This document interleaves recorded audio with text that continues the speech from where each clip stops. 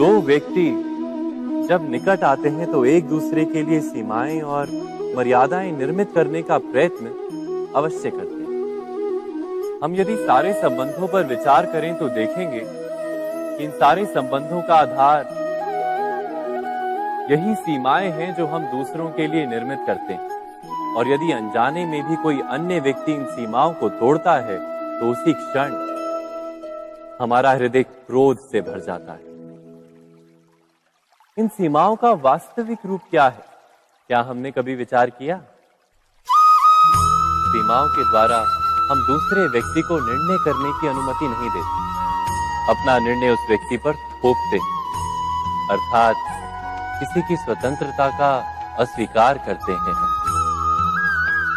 और जब स्वतंत्रता का अस्वीकार किया जाता है तो उसका हृदय दुख से भर जाता है।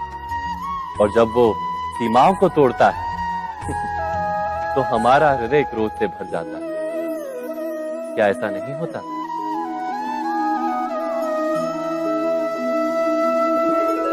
पर यदि एक दूसरे की स्वतंत्रता का सम्मान किया जाए तो किसी मर्यादाओं या सीमाओं की आवश्यकता ही नहीं होती। अर्थात जिस प्रकार स्वीकार किसी संबंध का देह है, क्या वैसे ही स्वतंत्रता किसी संबंध की आत्मा नहीं? स्वयं विचार कीजिए। सबके जीवन में ऐसा प्रसंग अवश्य आता है कि सत्य कहने का निश्चय होता है हृदय में, किंतु मुख से सत्य निकल नहीं पाता।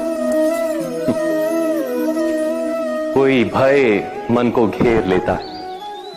किसी घटना अथवा प्रसंग के बारे में बात करना या फिर स्वयं से कोई भूल हो जाए उसके बारे में कुछ बोलना, क्या ये सत्य है? नहीं, ये तो केवल तथ्य है। अर्थात जैसा हुआ था वैसा केवल बोल देना सामान्य सी बात है। किंतु कभी कभी उस तथ्य को बोलते हुए भी भय लगता है। कदाचित किसी दूसरे की भावनाओं का विचार आता है मन, दूसरे को दुख होगा ये भय भी शब्दों को रोकता है। तो ये सत्य क्या है? क्या हमने कभी विचार किया है? जब भय रहते हुए भी कोई तथ्य बोलता है तो वो सत्य कहलाता है। वास्तव में सत्य कुछ और नहीं, केवल निर्भयता का दूसरा नाम है। और निर्भय होने का कोई समय नहीं होता, क्योंकि निर्भयता आत्मा का स्वभाव है। अर्थात क्या प्रत्येक क्षण सत्य बोलने का क्षण नहीं होता?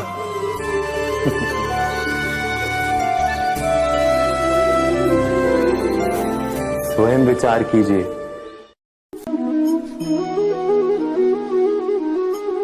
श्रेष्ठता का क्या अर्थ है? श्रेष्ठता का अर्थ है दूसरों से अधिक ज्ञान प्राप्त करना। अर्थात मूल्य इस बात का नहीं कि स्वयं कितना ज्ञान प्राप्त किया, मूल्य इस बात का है कि प्राप्त किया हुआ ज्ञान अन्य लोगों से कितना अधिक है। अर्थात श्रेष्ठता की इच्छा ज्ञान प्राप्ति को भी एक स्पर्धा बना देती है। और स्पर्धा में विजय अंतिम कब होती है?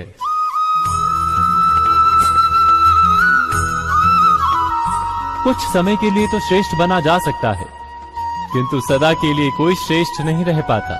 फिर वही असंतोष, पीड़ा और संघर्ष जन्म लेता है।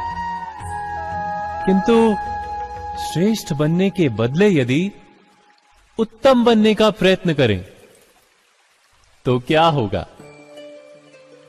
उत्तम का अर्थ है कि जितना प्राप्त करने योग्य है वो सब प्राप्त करना, किसी से अधिक पाने की इच्छा से नहीं, मात्र आत्मा की तृप्ति हेतु कुछ प्राप्त करना।